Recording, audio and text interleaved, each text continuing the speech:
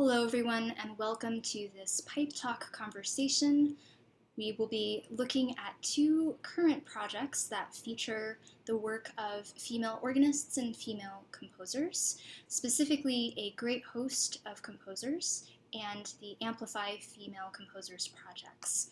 Today we have with us on this call Carolyn Craig, who is the first female music director of the Episcopal Church at Yale and organ scholar at Christ Church, New Haven in Connecticut. Sarah McDonald, fellow and director of music at Selwyn College, Cambridge, and director at Ely Cathedral of the Girl Choristers in England. And Susan Matthews, director of music at St. Paul's Episcopal Church, Burlingame, California, director of the St. Paul's Choir School, and coordinator of a great host of composers. And my name is Janet Ye, and I am on the National Steering Committee for this summer's AGO Organ Fest and associate organist at Trinity Church Wall Street in New York City. We'll start with a question for Susan Jane Matthews. How did a great host of composers begin, and can you tell us the goals of the current database project? Oh, thank you, Janet. A great host of composers began in summer 2020 when Bruce Neswick, canon musician at Trinity Portland, Oregon, contacted me about would I be interested in putting together a listing of women composers for the lectionary year. He was really interested in diversifying his own music list. And of course, that lit a spark for me. He knew I was really interested in women composers. And I've been very lucky to know many other women who I thought would make a great team to do that.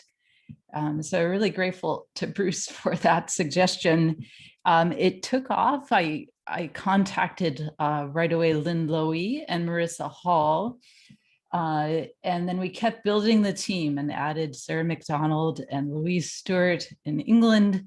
They suggested Brian Woods Lustig. And then we're so glad more recently to add both Janet and Carolyn to our team. And it's a pretty diverse team from throughout the United States and England. And we all share a passion for sacred music, and especially sacred music by women composers. And we all work in pretty diverse spots. So we hope that we're able to draw on a lot of different repertoire. We've just published a new website to hold this project, www.greathostcomposers.org. And there you'll find a database where we have selected music to suggest by women composers for year B, since we're in the middle of revised Common Lecture year B. It started in the fall of 2020, and of course, continuing to the time of year B while you're listening to this. You'll find on the website access to a database where you can find details on all of the music. So we really wanted to provide a resource that you can easily find great music by women composers. I grew up using various resources in hard copy, such as Liturgical Music by Carl Daw, and never thought twice about the fact that somehow all the music is by men that is listed. And it's just been a wonderful opportunity to explore more music by women and to offer this as a resource so that people know that this music, wonderful music by women, exists, that they can incorporate into their liturgies. And it's not just music being written today, it's music dating back to Cassia and Hildegard of Bingen. And so it's a long tradition of women writing music for sacred services.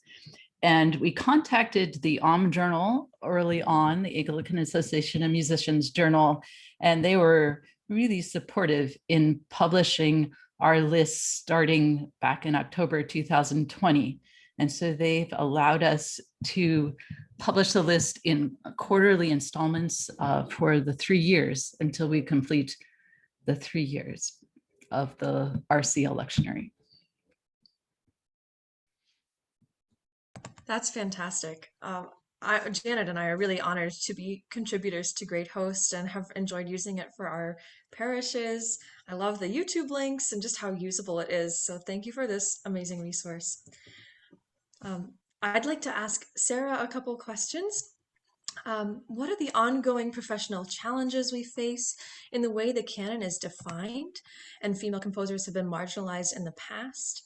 And how do we encourage colleagues to use recommendations from the database and take further steps? Well, thank you very much for having me on this call. It's a real honor to be here. I think one of the problems historically and particularly how female composers have been marginalized has a lot to do with the way society has changed. So we know, for example, that, Fanny Mendelssohn was told in no uncertain terms by her father that it was okay for Felix, her brother, to have a career as a musician, but Fanny would not have that career. And that someone like Amy Beach was told that as soon as she got married, she had to stop taking composition lessons. So I think historically we have some really fantastic composers whose potential has never been fully realized. And so we sometimes see early works by them and we think, oh, they weren't so good. And so the music doesn't get sung or doesn't get played or whatever, because actually some of it isn't so good, because actually they only had 6 out of their 10 allocated composition lessons because they had to stop because they got married. And I think, so that's a problem historically, which we need to overcome. And actually we need to find the best of their music and see the potential in it and perform even some of the stuff that might have been better had they had those extra 4 lessons or whatever.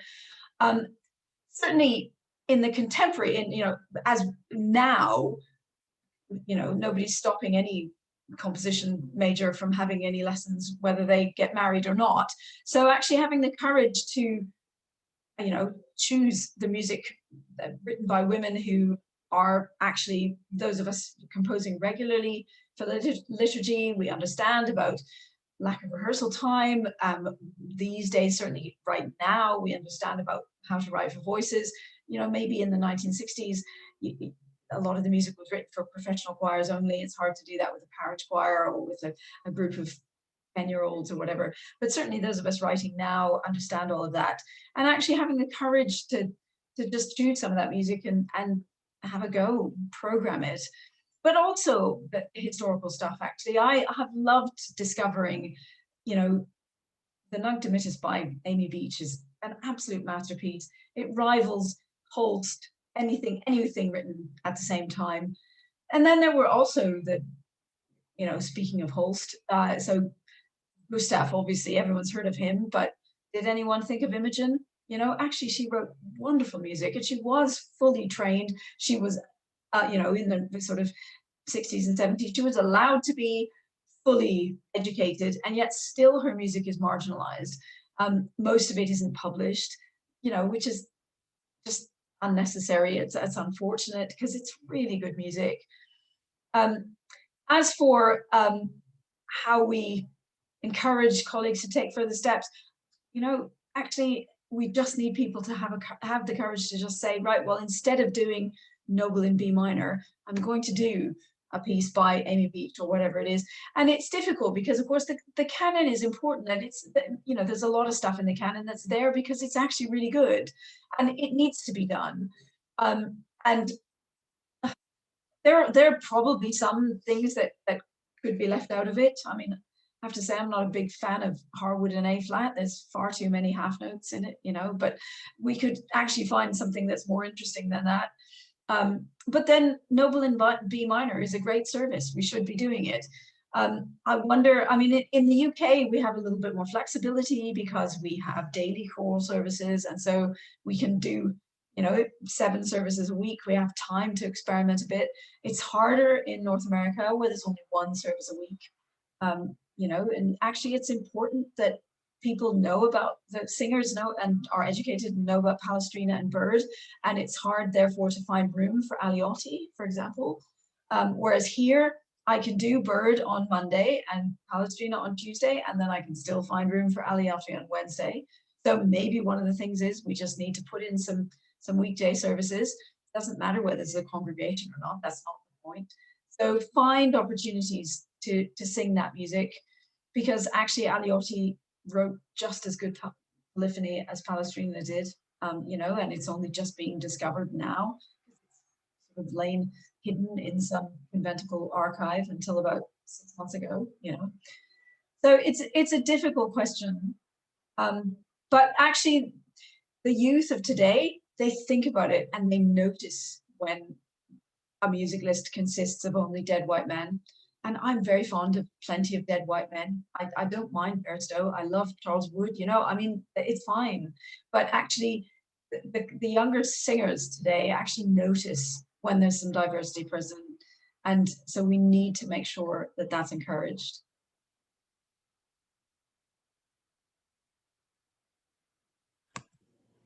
I might also jump in and just say I have found it really encouraging as a young woman growing up in a society that is increasingly conscientious of its young women. I've felt more and more supported, and I notice that I have opportunities that have arisen from that kind of support. So it does make a really big difference. Absolutely. Right. I think it's my turn to ask a question now. So my question is for Janet, which is to say, what inspired the really quite wonderful Amplify Female Composers project, and particularly the Advent Calendar project, which I'm sure lots of you saw on YouTube because it had fantastic coverage on social media. So what made you think of doing that? I would also, this is actually not in the script, but I would be very interested to know how many of the kind of video editing skills and the website skills and stuff you had to learn, and how you actually did that. I mean, obviously we were all in lockdown, so probably you both had extra time on your hands. But Janet, talk to us about Amplify Female Composers. Sure. Thank you so much, Sarah. So many of the topics that you've talked about already are what brought Carolyn and I together. We're both alumna of the Yale Institute of Sacred Music. We had both worked together with Walden Moore at Trinity Church on the Green. And he and my director, Julian Wachner, really encouraged us to sort of look into these topics. I realized that I had sort of gone through my musical education and had not really been introduced to many female composers or female organists. And so once I graduated from school, I sort of started looking on my own, and I know Carolyn was sort of actively searching for music as well. And so we connected in the fall of 2020 and thought, it'd be a really great project to find some seasonal Advent and Christmas music to start with. And we had originally thought, do we put together a program of lessons and carols, and eventually landed on the idea of actually having a full Advent calendar, which is sort of an idea that kind of unfolds. You have music that is premiered every day through most of the month of December as we approach Christmas, and we really wanted to do this with our colleagues and to kind of involve as many friends as possible. And so we reached out to directors and organists from across the country and from across the pond, including both Susan and Sarah, and we were really kind of amazed that everybody was excited to participate. And so we were able to put together 30 days worth of music, choral music, by female composers for Advent and Christmas. And as you say, we were also in lockdown because of the pandemic in the fall last year.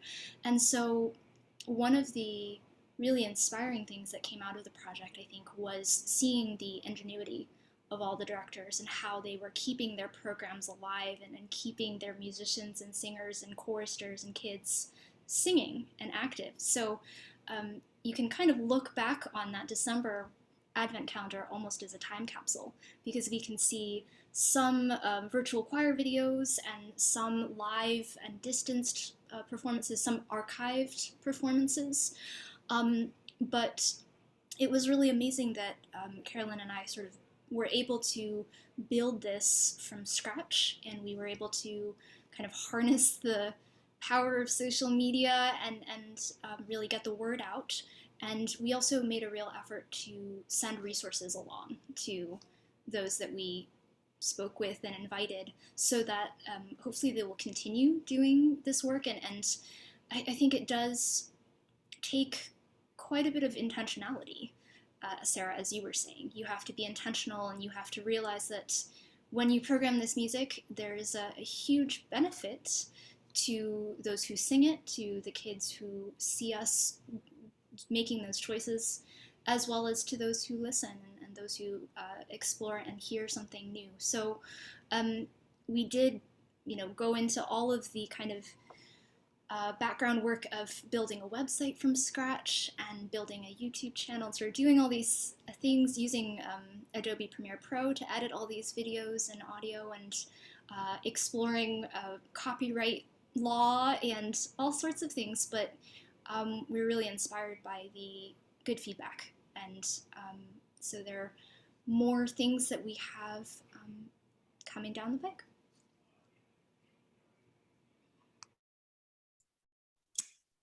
Oh, it was so great to see all the things coming out of Amplify Female Composers. And of course, that Advent Calendar project was really wonderful.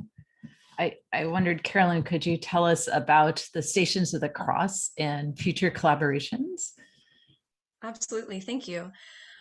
So after the Advent Calendar project, we sort of collapsed for a little while and then got things back together for March this past year.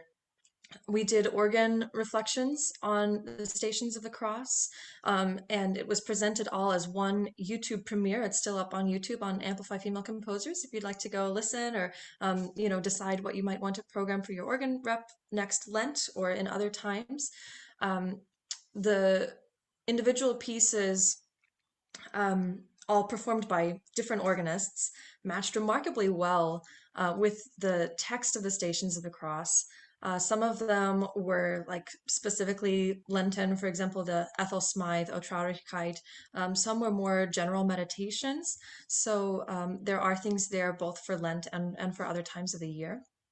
And for the future, it's one of the main purposes or passions of Amplify Female Composers is to take the amazing resources that are coming out, such as Great Host, of composers, and encourage people to use them, and get performances out there, so that we're getting from written to audible or visual resources, as well as participatory resources. So we are really excited to be doing both another Advent and Christmas project this coming year, as well as a Great Host based Lent to Pentecost project. So based on the entries in the Great Host of Composers, we'd like to invite choirs to submit a video aligning with each Sunday from Lent to Pentecost.